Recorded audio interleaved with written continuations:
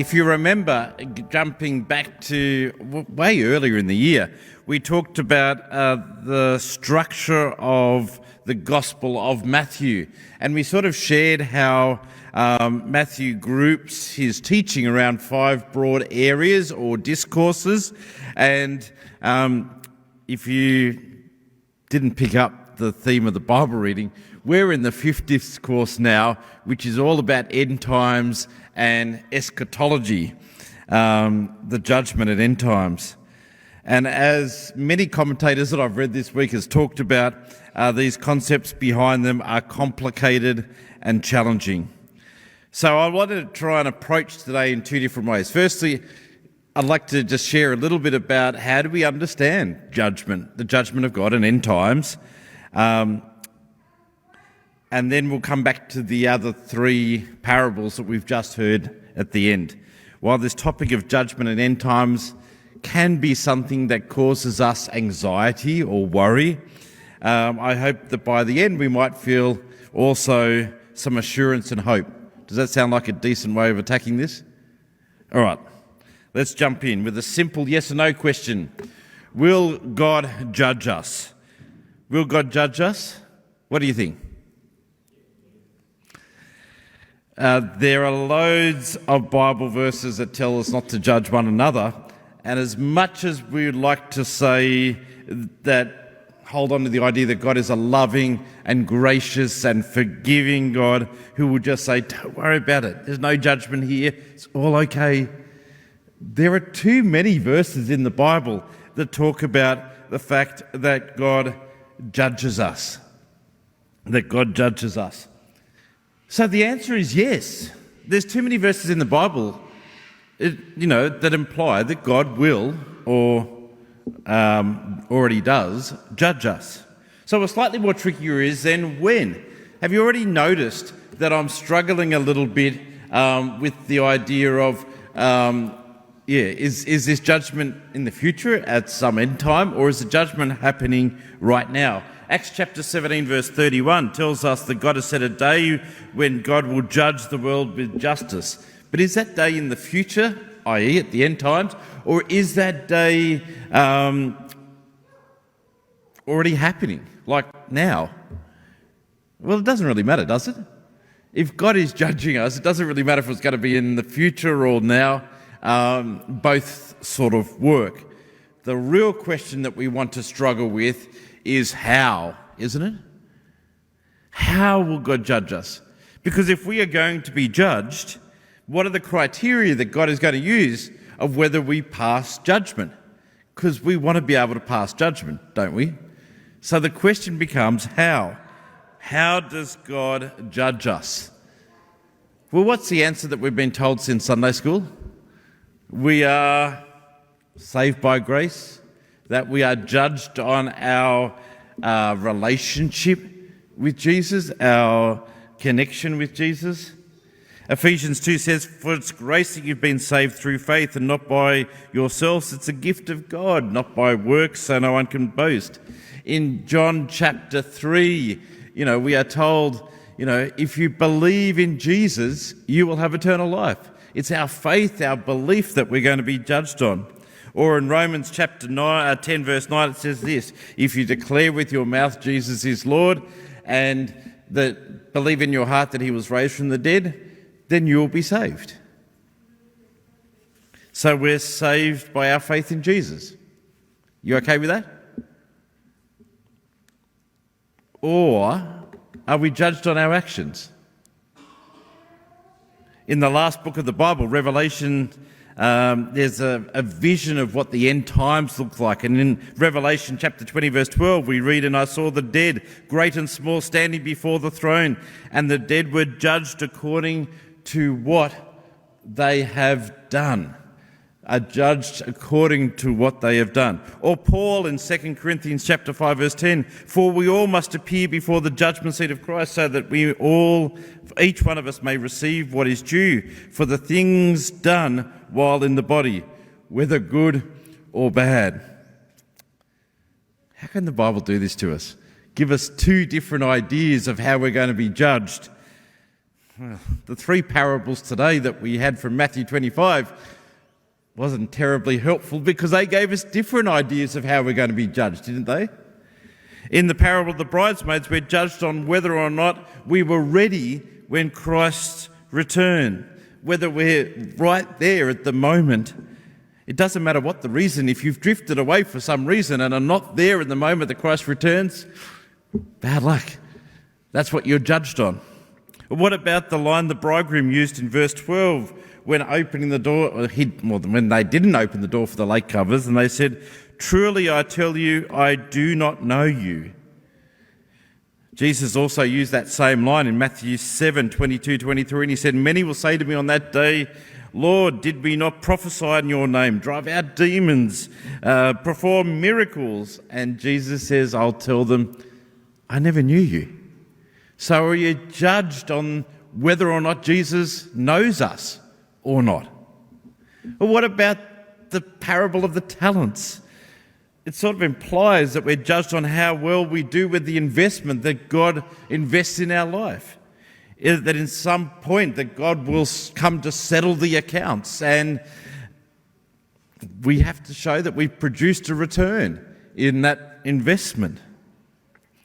Jesus says something similar in Luke chapter 12 verse 48 when Jesus says, "For everyone who's been given much, much will be demanded, and the one who has been entrusted with much, much more will be asked." Are we judged on our return? Or in the last parable, Jesus literally separates the sheep and the goats depending on our ability to show compassion to those of the least. Whether or not we have helped the hungry, the thirsty, the stranger, the naked, the sick, or the imprisoned. We're judged on our compassion. Are you keeping up with this now? So what is it? How are we judged? I've just given you 6. I could give you more if you want out of the Bible. How does this work? All these verses are saying different things. And if we are going to go, well, what's the criteria that God judges us on, then what is that criteria?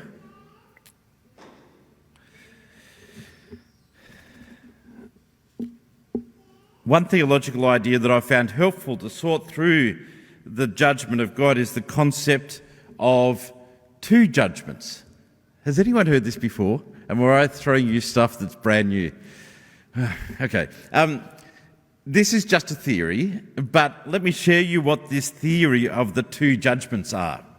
That at some point in the future, or happening right now, however you want to understand that we are judged on our salvation. It's not moving forward for me anymore. Can you move on to the next slide? There we go. The judgment of salvation. And so that we will be judged on whether or not we are saved. How are we made right with God? Through our faith in Jesus Christ, our belief in Jesus Christ, and our relationship with Jesus Christ. That is the judgment of salvation, whether we're saved or made right with God.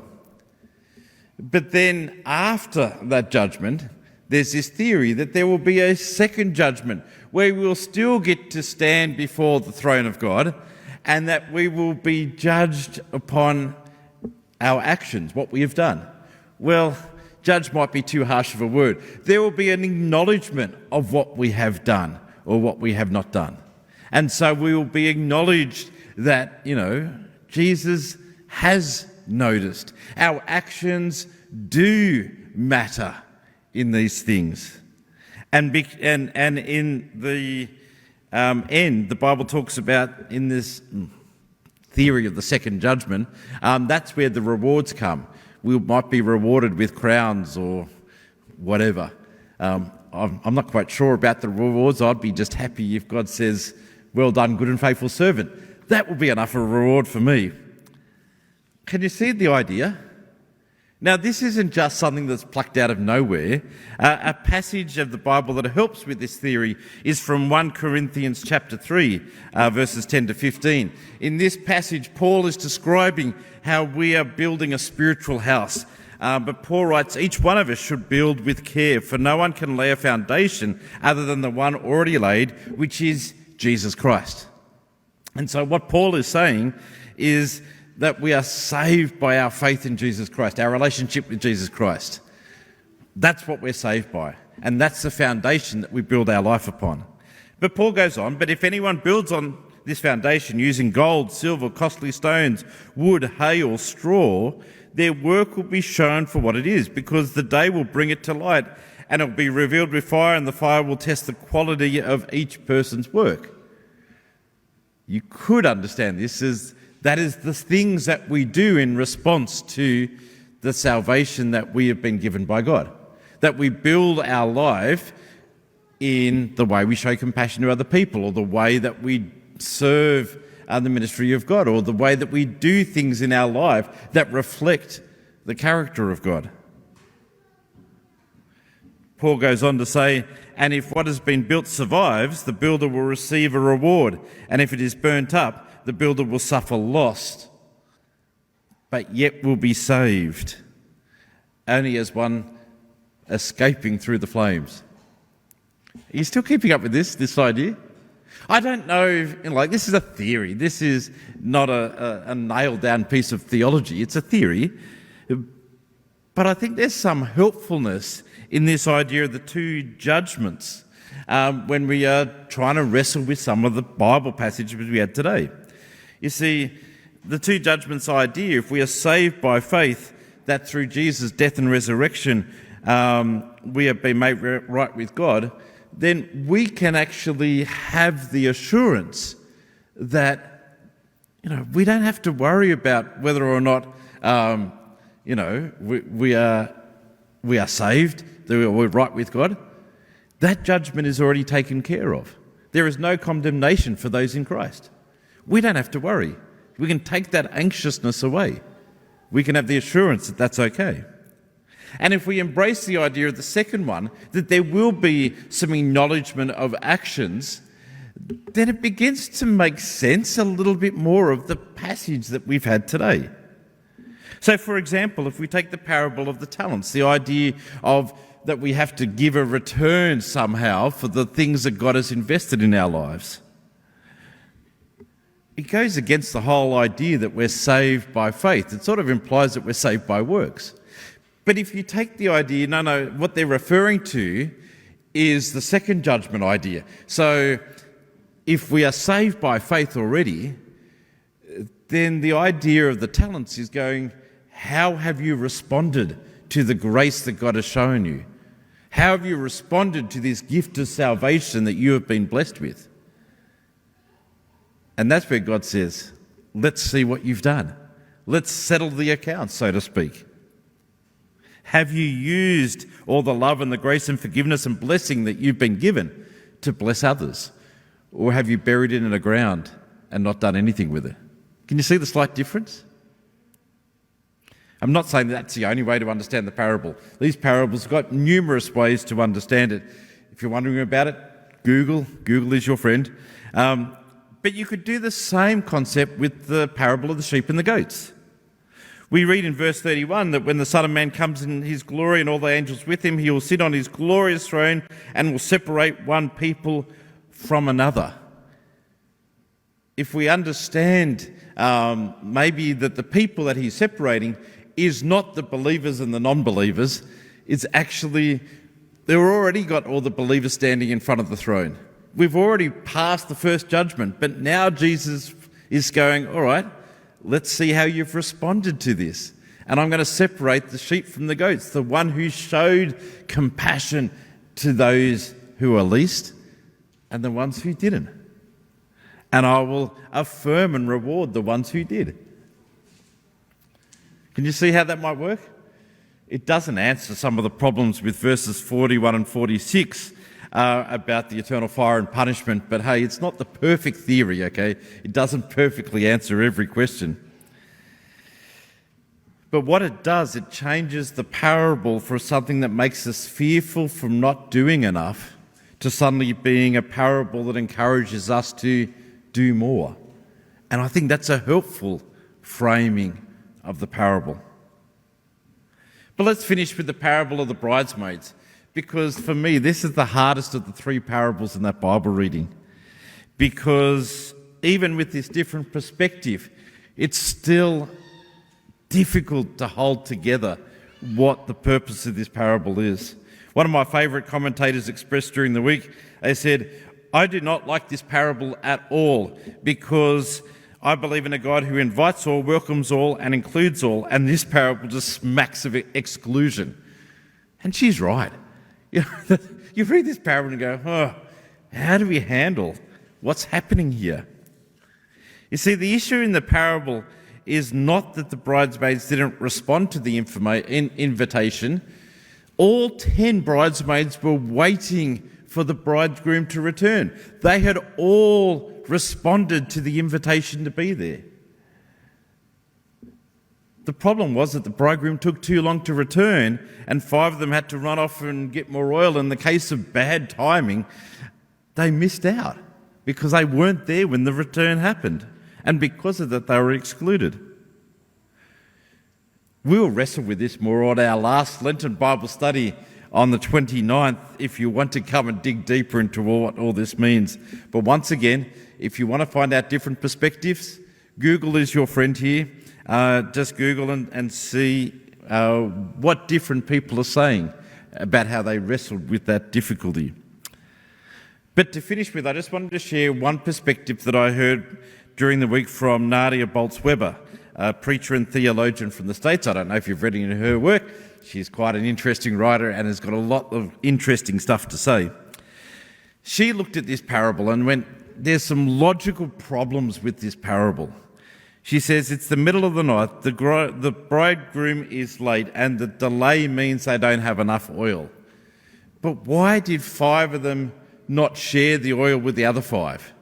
And why wasn't 5 lamps enough anyway? Why did they need 10? Why did 5 have to run off to find more oil, which you can't buy in the middle of the night anyway? There's some logical problems with this. Nadia wants to suggest that the foolish bridesmaids were foolish not for falling asleep and not for not having enough oil, but for listening to the bridesmaids tell them what to do. And she says they were certainly foolish for doing it. To be honest, I can't preach as well as Nadia can, and so instead I'm going to show you 2 minutes of Nadia actually preaching and explaining her understanding of this parable. I have put subtitles on it because I like subtitles. Can we play this? I think they were foolish, in other words, in the exact same way that we are foolish. They were foolish because they listened when voices other than God's tried to tell them who they were, and they listened to those whispering voices telling them that they can only approach the groom if they have already met all of their own needs first. And here's what really got me this week as I studied this text. It was reading this verse from Revelation 22, which says, "In the city of God, they will not need the light of a lamp, for the Lord will give them light." I mean, think about it. If at midnight, the guy who was on watch said, "Hey, wake up, the groom's coming," the groom must have had a lamp or a torch of some kind, right? How else could the groom have been seen from that far away at midnight? The foolish bridesmaids weren't foolish because they didn't bring backup oil. They were foolish because instead of trusting that the light of Christ was enough to shine the way, they wasted all that time and energy and money trying to get their own because someone shamed them into thinking that they could never approach the Lord with their lack. Rather than just trusting that the light of those around them and that the light of Christ was enough, they assumed they had to provide their own. And then they were so consumed by the shame of not being enough, they busied themselves trying to fix it. So much so that they missed the wedding banquet. They missed everything. Of course the bridegroom said, "I don't know you," because they hadn't come to him in their need and in their lack and in their want. Because Jesus knows us not by our independence from him, Jesus knows us by our need of him, for which we should never feel ashamed. I really love that. I really love how she has taken a parable that initially spoke of judgment and exclusion and now makes it speak about Jesus and embracing what Jesus offers. I love the idea of how she has taken something that may stir up fear and anxiety with us and reminds us instead that Jesus is all we need and to trust in Jesus. And maybe that's what God wants to remind us today as we continue to move closer and closer to Easter and wrestle with this whole issue of judgment. The judgment may not necessarily be something we have to be fearful of. The good news of Jesus shows us that we can have the assurance that we are saved. As Nadia said, don't listen to the voice of this world saying that you need to solve this yourself. Just rely on Jesus and embrace the light. So do you have the assurance you are saved? That wasn't an overwhelming answer. Let me see if I can help you here. This is the verse from Romans chapter 10, verse 9 I said before. So, let's see. Can you declare with your mouth that Jesus is Lord? No, let's actually do it. So, can we say on the count of three, Jesus is Lord? 1, 2, 3, Jesus is Lord. If we meant that, and I'll go to the second question, do you believe in your heart that God raised him from the dead? Then you are saved. Have the assurance you are saved. Do not worry about that judgment of salvation. Are you getting this? Have that assurance. Have that assurance. And now, in response to that amazing gift of God's salvation, of all that God has done for you in Jesus, let's reflect on our gratitude. Let's reflect our gratitude in all that we do. Let's not bury the grace and the love in the ground, but let's double it as we share it with other people. Let's feed the hungry, clothe the naked, give to the least of these, because in doing so, we are giving thanks to Jesus.